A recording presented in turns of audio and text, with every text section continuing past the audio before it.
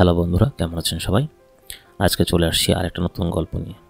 এই গল্পটা আপনারা শুনলে শিহরিত হয়ে যাবেন, তাই আমি অহেতুক সময় নষ্ট না করে সরাসরি গল্পে চলে যাচ্ছি। গল্পের শুরুতেই আমরা ছোট্ট একটা বাচ্চাকে দেখতে পাই, যে একটা জনবনহীন আর গরম এলাকায় একা একা গুটি গুটি পায়ে হেঁটে বেড়াচ্ছে। এর চাইতেও সবচেয়ে অদ্ভুত ব্যাপার হলো, বাচ্চাটা একটা মানুষের আঙুল খাচ্ছে।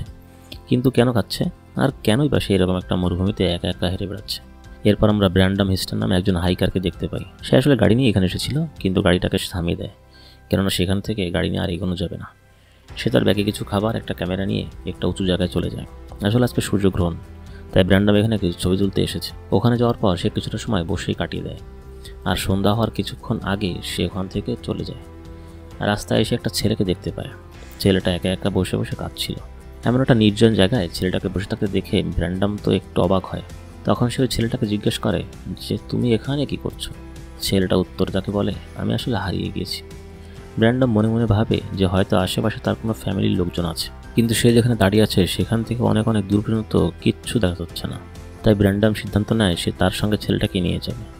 কিন্তু ওই ছেলেটা তার সঙ্গে না গিয়ে উঠে অন্যদিকে চলে যায়। ছেলেটা যাওয়ার সময় তাকে বলে যে আমার মা বাবা ওই দিকে আছে। এমন একটা জনবনহীন জায়গায় ছেলেটাকে একা একা ছেড়ে যাওয়া কি ঠিক হবে?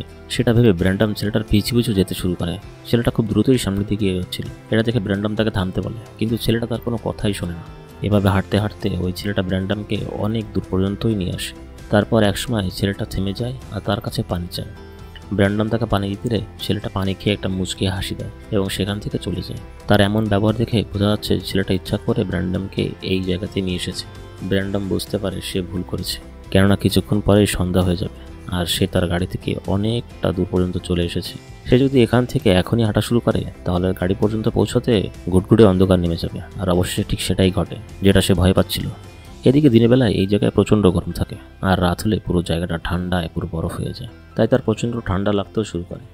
কিন্তু তার কাছে কোনো জামা কাপড় না থাকায় সে ওখানকার একটা পাথরের সাথে লেগে শুয়ে পড়ে।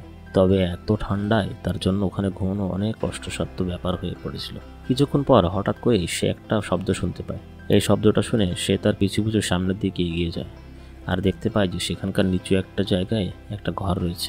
এই ঘরটা দেখে সে বেশ অবাক হয়ে যায়, কেননা এরকম মরুভূমির মতো একটা জায়গা যেখানে কোনো মানুষ খুঁজে পাওয়া দুষ্কর, আবার তীব্র গরমে সেখানে বেশিক্ষণ থাকাও যায় না, আর সেখানে কিনা একজন মানুষ ঘর বানিয়ে রেখেছে। এটা আশ্চর্যের বিষয় না? ব্র্যান্ডাম একটু সামনের দিকে এগিয়ে সেখানে একটা মেয়েকে দেখতে পায়। সে দেখে যে মেয়েটা সেখানে একা একাই কথা বলছে। এদিকে ওই নিচু জায়গাটাকে নামার জন্য একটা সিঁড়ি লাগানো আছে। সেই সিঁড়িটা দিয়ে ধীরে ধীরে নিচে নেমে আসে। আসার পর দেখতে পায় যে আশেপাশে অদ্ভুত রকমের সব জিনিস লাগানো। তারপর সে ঘরের দরজায় নক করতে থাকে, কিন্তু মহিলাটা বাইরে বের হয়ে আসে না। তাই সে নিজেই ভেতরে চলে যায়। মহিলাটা তখন ভেতরেই ছিল। মহিলাটার নাম লিনা। কিন্তু অদ্ভুত ব্যাপার হলো, ওই মহিলাটা ব্র্যান্ডামকে দেখে ভয় পায় না, এমনকি তাকে কিছু জিজ্ঞাসাও করে না। অথচ একবার ভাবুন তো, ঠিক এমনই একটা জায়গায় হঠাৎ করে এমন একজন মানুষের আগমন ঘটলে কতই না ভয় পাওয়া ছিল। তো সে যেহেতু কোনো কথা জিজ্ঞাসা করেনি, তাই ব্র্যান্ডাম নিজে থেকেই বলে, আমি এখানে এসে হারিয়ে গিয়েছি। এই কথা শুনে লিনা কিছুই বলে না। কিছুক্ষণ পরে সে শুধু বলে যে বসুন, খাবার খান।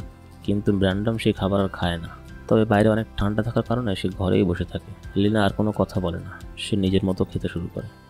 ব্র্যান্ডাম আবারও বলে যে আমি একটা ছেলেকে সাহায্য করতে চেয়েছিলাম, কিন্তু ছেলেটা আমাকে ইচ্ছা করে এখানে নিয়ে এসেছে। এত দূরে আসার কারণে আমি হারিয়ে গিয়েছি। এই সব ব্যাপার লিনা কোনো প্রশ্ন না করে তাকে বলে যে এখন আপনার ঘুমানো উচিত। তাই সে লিনার কথা মতো রাত্রে এখানেই কাটিয়ে দেওয়ার সিদ্ধান্ত নেয়। সকাল হলে ব্র্যান্ডাম তার জিনিসপত্রগুলো গুছিয়ে রওনা শুরু করে।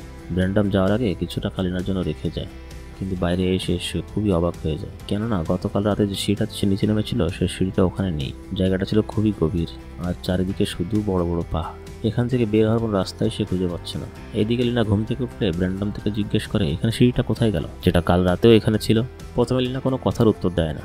পরে যখন ব্র্যান্ডাম আবার জিজ্ঞেস করে তখন সে তাকে বলে যে আমি এসবের কিছুই জানি না, যে তারা কখন এখানে সিঁড়িটা লাগিয়ে রাখে বা কখন বা উঠিয়ে দেয়। এই কথা শুনে ব্র্যান্ডাম তাকে জিজ্ঞেস করে এখানে কি আমরা ছাড়া আর কোনো লোক আছে, কিন্তু লিনা তাকে এই ব্যাপারে কিছুই বলে না। ব্র্যান্ডাম আশেপাশে কিছু জিনিসের ছবি তুলতে শুরু করে। সে দেখে যে পাহাড়ের গায়ে বেশ কিছু চিত্র আঁকা রয়েছে। দুপুরের দিকে সে পাহাড়ের গা ঘেঁষে উপরে ওঠার চেষ্টা করে, কিন্তু সে ব্যস্ত। তাই বাধ্য হয়ে তাকে ওই দিনটা ওইখানেই থাকতে হয়। পরের দিন সে কিছু সরঞ্জাম নেয়, এই যেমন হাতুড়ি, কাপড়। সে কাপড়টাকে হাতে পেঁচিয়ে নেয়, কেননা দিনের বেলায় পাথর খুব বরফ থাকে। সে ধীরে ধীরে হাতুড়িটা দিয়ে একটু একটু করে উপরে ওঠার চেষ্টা করে, কিন্তু কোনো দড়ি ছাড়া উপরে ওঠাটা আসলে অসম্ভব ছিল। তবুও সে বেশ কিছুটা উপরে উঠে পড়ে, কিন্তু তখনই উপর থেকে কিছু বাচ্চাদের আওয়াজ শোনা যায়। তখন মনে হয় যে কেউজন উপর থেকে একটা প্রাণীর মাথা কেটে ফেলে দিল, আর এটার দিকে লক্ষ্য করতে গিয়ে ব্র্যান্ডম উপর থেকে নিচে পড়ে যায়। অত উপর থেকে নিচে পড়ার কারণে সে সেন্সলেস হয়ে যায়। এরপর সারাদিন সে ওখানেই পড়ে থাকে। সন্ধ্যায় যখন তার জ্ঞান ফিরে আসে, তখন সে ব্যথায় চিৎকার করতে শুরু করে, কারণ সে হাতুড়িটা তার পায়ে ঢুকে গিয়েছে। আর সবচেয়ে অবাক করার বিষয় হলো, লিনা সারাদিন তাকে সাহায্য করার জন্য একবারও এদিকে আসেনি, কিন্তু এখন কাতরাতে দেখে লিনা তাকে সাহায্য করতে চলে আসে, আর সে তার পা থেকে হাতুড়িটাকে বের করে ফেলে। 2 দিন ধরে সে বিছানায় পড়েই থাকে। যখন তার শরীর একটু ভালো হয়, তখন সে আর একবার সেখান থেকে বের হওয়ার চেষ্টা করে। সে জোরে জোরে চিৎকার করতে থাকে আর বলতে থাকে যে উপরে যদি কেউ থাকেন, প্লিজ আমাকে সাহায্য করুন। কিন্তু তার চিৎকার শুনেও কেউ সামনে আসে না। ব্র্যান্ডম রেগে গিয়ে লিনাকে ডাকে আর জিজ্ঞাসা করে যে এখানে কি হচ্ছে, তোমরা কে? এই কথাগুলো শুনে লিনা ভয় পেয়ে যায় আর বলে যে আমি তোমার খেয়াল রাখতে পারবো আর খাবার দিতে পারবো। এই কথাগুলো শুনে তো ব্র্যান্ডম আরও রেগে যায় আর বলে যে আমার এসব কিছুই লাগবে না, আমি আমার বাড়ি ফিরে যেতে চাই। লিনা যখন তার কাছে আসার চেষ্টা করে, কিন্তু ব্র্যান্ডম তাকে চলে যেতে বলে। এরপর ব্র্যান্ডম একটা জায়গায় বসেছিল। কিছুক্ষণ পর সে লক্ষ্য করে যে উপরে একটা ছেলেকে দেখা যাচ্ছে। ছেলেটার সঙ্গে একটা বাচ্চাও ছিল। সেই ছেলেটা উপর থেকে তাকে জিজ্ঞেস করে যে বন্ধু, তোমার কি লাগবে? তুমি সাহায্যের জন্য ডাকছিলে? ওই ছেলেটাকে দেখে তো ব্র্যান্ডম অনেক খুশি হয়ে যায়। ব্র্যান্ডম ছেলেটাকে বলে, আমি এখানে আটকে গিয়েছি, তুমি কি আমাকে সাহায্য করতে পারবে? ছেলেটা বলে, অবশ্যই পারবো, বলুন কি লাগবে। ব্র্যান্ডম তাকে বলে, তুমি কি একটা দড়ি নিয়ে দিতে পারবে আমাকে? ছেলেটা তখন বলে, আমার বোন জানতে চায় তোমার পছন্দের রং কি। এই প্রশ্নটা শুনে ব্র্যান্ডম খুবই অবাক হয়ে যায়। তখন ব্র্যান্ডম কিছু চিন্তা ভাবনা না করে একটা রং বলে দেয়। সে তাদেরকে বলে যে আমার লাল রং খুবই পছন্দ, এখন তুমি কি আমাকে একটু সাহায্য করতে পারবে? ছেলেটা তখন বলে যে আমি দড়ি নিয়ে আসছি, অপেক্ষা করো। আর এটা বলে সে ওখান থেকে চলে যায়। কিছুক্ষণ পর ছেলেটা আসে আর উপরের দিক থেকে একটা দড়ি ফেলে দিয়ে তাকে বলে যে এই দড়িটার সঙ্গে নিজেকে শক্ত করে বেঁধে নাও। ব্র্যান্ডন তো খুবই খুশি হয়ে যায়, কারণ সে ভাবে যে এখন হয়তো সে এখান থেকে বের হতে পারবে। সে দড়িটার সঙ্গে নিজেকে খুব ভালোভাবে বেঁধে নেয়। তারপর উপরের লোকগুলো তাকে ধীরে ধীরে উপরে তুলতে শুরু করে, আর ঠিক মাঝে রাস্তায় তারা থেমে যায়। সে এখন অনেক উঁচু একটা জায়গায় আটকে গিয়েছে। ব্র্যান্ডম বুঝতে পারে যে এরা আসলে সেই লোক যারা তাকে এখানে প্ল্যান করে আটকে রেখেছে। তখন উপরে দেখা যায় যে 5 জন ছেলে আর একটা ছোট্ট মেয়ে আছে। এই 5 জনের মধ্যে সেই ছেলেটাও ছিল, যাকে আমরা প্রথমেই দেখেছিলাম। ছেলেগুলো তাকে নিয়ে হাসতে শুরু করে আর বিভিন্নভাবে আজে বাজে কথা বলতে থাকে, আর সেই সঙ্গে দড়িটাকেও এদিক থেকে সেদিকে নাড়াতে শুরু করে। ব্র্যান্ডম চিৎকার করে বলে যে থামো থামো, আমি পড়ে যাবো। তারপর সে লিনাকে ডাকতে থাকে। লিনা বাইরে এসে নিজের ভাষায় ওই বাচ্চাগুলোকে থামতে বলে, কিন্তু ততক্ষণে ব্র্যান্ডম অজ্ঞান হয়ে গিয়েছে, আর কারণ তার মাথা পাথরের সঙ্গে বাড়ি খেয়েছিল। এরপর লিনা তাকে ঘরে নিয়ে আসে। রাতে যখন তার জ্ঞান ফিরে আসে, তখন সে বিছানা থেকে উঠে বাইরে চলে আসে। সে এই অবস্থায় এখনও চেষ্টা করে চলছে কিভাবে এখান থেকে বাইরে বের হওয়া যায়। লিনা তাকে শান্ত করে আর বুঝিয়ে বলে যে এটাই তোমার ভাগ্যে লেখা ছিল, তুমি এটা বদলাতে পারবে না। তার কথা শুনে এইটুকু কিন্তু খুব ভালো করে বোঝা যায় লিনা কোনো এক সময় এখানে এসেছিল, আর ব্র্যান্ডামের মতন হয়তো ওই ছেলেগুলো তাকে এখানে আটকে রেখেছে। হয়তো সেও এখান থেকে বের হওয়ার চেষ্টা করেছিল। এখন সে আশাটা ছেড়েই দিয়েছে, কারণ সে খুব ভালোভাবে বুঝতে পেরেছে এখান থেকে সে আর কোনোদিনও বের হতে পারবে না। সে এখানে বসবাস করাটাও শিখে গিয়েছে। এরপর ওই ছেলেগুলো তাকে খাবার দিতে আসে।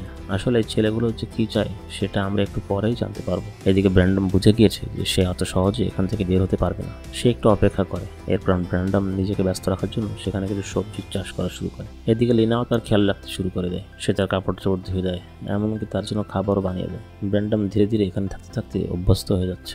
সেই ছেলেগুলো তাদের জন্য কিছু জরুরি জিনিসপত্র সেখানে পাঠিয়ে দেয়। শুধু তাই নয়, আবার সময় মতন খাবারও পাঠিয়ে দেয়। কিন্তু একটা প্রশ্ন, এই ছেলেগুলো তাদের কেন সাহায্য করছে? আর ব্র্যান্ডম তখন লিনাকে জিজ্ঞেস করে যে এই জিনিস আর খাবারগুলো কোত্থেকে আসছে, আর এই বাচ্চাগুলোই বা কে? লিনা তখন বলে যে আমি আসলে আর কিছুই জানি না, আমার খাবার প্রয়োজন, আমার খাবার পেলেই হচ্ছে। তারপর ওই রাতে ব্র্যান্ডম তার দুঃখ বলার জন্য একটু মদ পান করে।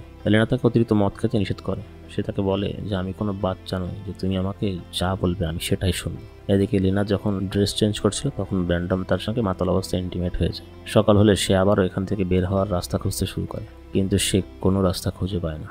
সময় যত এগোচ্ছে তার চিন্তা আরও বাড়ছে। সে কি সারা জীবন এখানেই আটকে থাকবে? তো দুপুরবেলায় যখন সে কাজ করছিল, তখন উপর থেকে একটা ছেলে তার সঙ্গে কথা বলতে চায়। এই ছেলেটা অন্যদের মতো না। ছেলেটা তাকে জিজ্ঞাসা করে যে আপনি এখানে কি করছেন? তখন ব্র্যান্ডন তাকে বন্ধু বানানোর জন্য তার সঙ্গে গল্প করতে শুরু করে। হয়তোবা এই ছেলেটা তাকে এখান থেকে বের করতে সাহায্য করবে। ছেলেটা তাকে বলে যে আমার নাম নিকাসো, আমার পড়াশোনা শেখার খুবই ইচ্ছা, আপনি কি আমাকে পড়াশোনা শেখাতে পারবেন? ব্র্যান্ডন তাকে বলে যে অবশ্যই শেখাবো।